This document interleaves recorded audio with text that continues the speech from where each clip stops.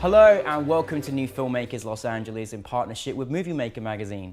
My name is Danny DeLillo and we're here at the Cambridge Los Angeles showroom in West Hollywood, and I'm here with Steve, Morgan and Jeff with their movie, The Massacre at Black Divide. Let's take a look at a clip. Long are years spent fan and flame, but not a misty friend. Let go the rope, the neck and mane, and ride until the end. For in the wind my wings emerge and lift me toward the sun. The air, my strength, my fire to spur, through storm to kingdom come. Guys, congratulations on your film. It was a real treat last night at the screening, and thank you very much for that. But for those that haven't seen it, tell us a brief synopsis of your film. Sure, yeah, thanks for having us. It was a great screening. We felt like it went over really well. Yeah, I think. good. Super fun. Good, that's important. The Massacre at Black Divide is like kind of a classic Western revenge story, but with a sci-fi twist. I love it. I mean, I think it's, when I saw that, even before I thought, that is really intriguing, a sci-fi Western, like it's gotta be fun. Guys, you obviously directed and you did a fantastic job as actors, but really fantastic. But I want to know, where did the inspiration come from making this film? Because this is something I've never seen before.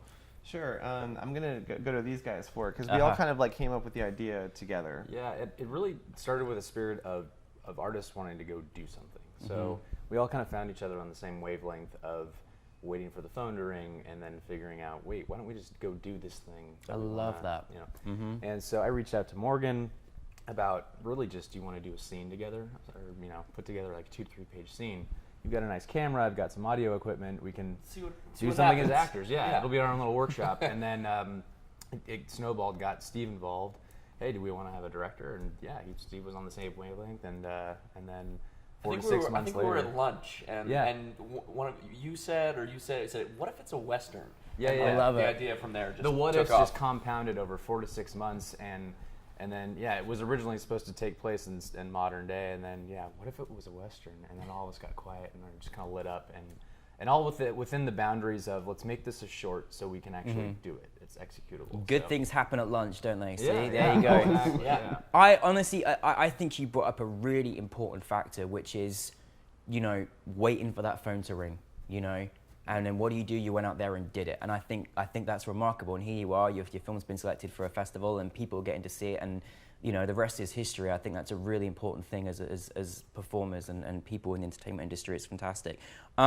Visually, I think it's one of the most beautiful things I've seen. I was just beautiful. Thank you. And it's really great. We got one of our alumni who was a cinematographer on Delinquent, which is fantastic. Creating that environment and that setting. This is not an easy situation because you've got Western, you've got costumes, you've got location. How was that process for you? Sure. Well, visually, I go to the Sierras a lot. I actually own a piece of property up there, so it was a little bit easier. Very good. For us to, and that's actually more where this idea came from. It's like, hey guys, like I have a house. We could all just put the crew up in the house. Perfect. And we got in touch with a local rancher. We shot on his 100 acres of property with all these beautiful vistas. We were like on the opposite side of Yosemite. So I mean, beautiful. Dan, our cinematographer, is amazing, but like I always say, like it's hard to take a bad picture up there. Yeah. Yeah. Well, no, it's completely picturesque. It's beautiful. It's beautiful. So that was kind of like how the idea started, and then we were like, well, let's do this. Let's do a Western, because it's just asking to be a Western, like wide landscapes.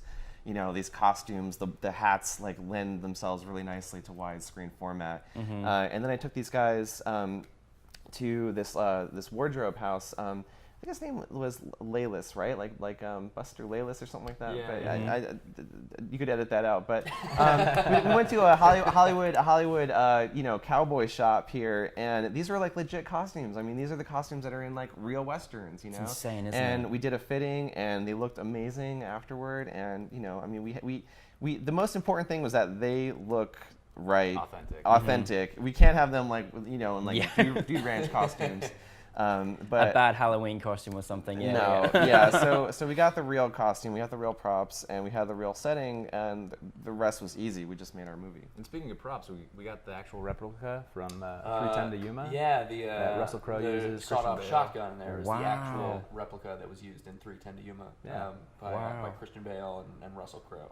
So we thought, oh, this is really cool. Yeah, We're I gonna mean, get a movie no, going. It's fun. Yeah. I mean, Trivia. it's very cool. Well, I mean, because it's kind of an actor's dream when you're just, you're in this amazing costume in this great environment with this great story. What is that feeling like when you're, playing a role that's just you're just lost in your kind of character? It must be amazing. It's really incredible. All that environmental work that you have to do as an actor is sort of done for you. You're in this sparse, gorgeous landscape that's very, very new. It's very much not your present day environment, and really like the costumes, the environment, everything really does inform your choices as an actor. And it was really an incredible experience. I mean, a lot of it. I don't want to say easy.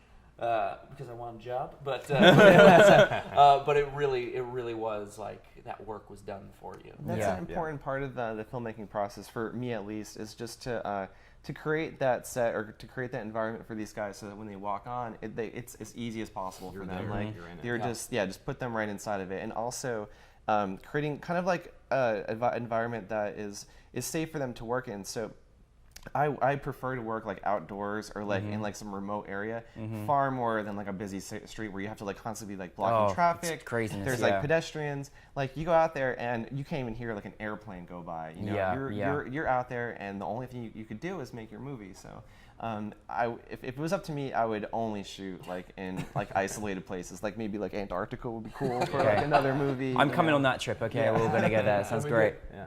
Yeah. No, I mean, what is next for you together or individually?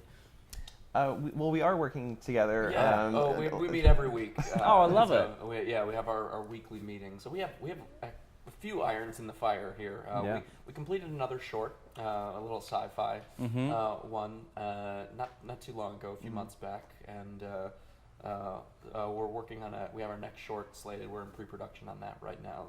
Beautiful, fun script that Steve wrote. We're hoping to shoot that this spring, and we did write like a pilot for an hour-long version of The Massacre at Black Divide. Oh, awesome. So it's like, what do you do with a pilot in town, right? Just get as many people to read it as possible. So, and that's where we're at with that. But we have something written, and we are trying to like work on doing a feature kind of in the same style that we did this movie, just like kind of bare bones, finding a cool location, setting up, shooting for 2 weeks.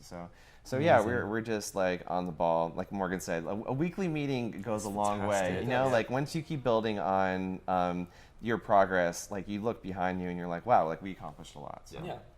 I think I always generally ask what piece of advice would you give, but I think with all the different things that you've said, you kind of covered it. But I think being consistent, having a weekly meeting when you come together to actually make and create.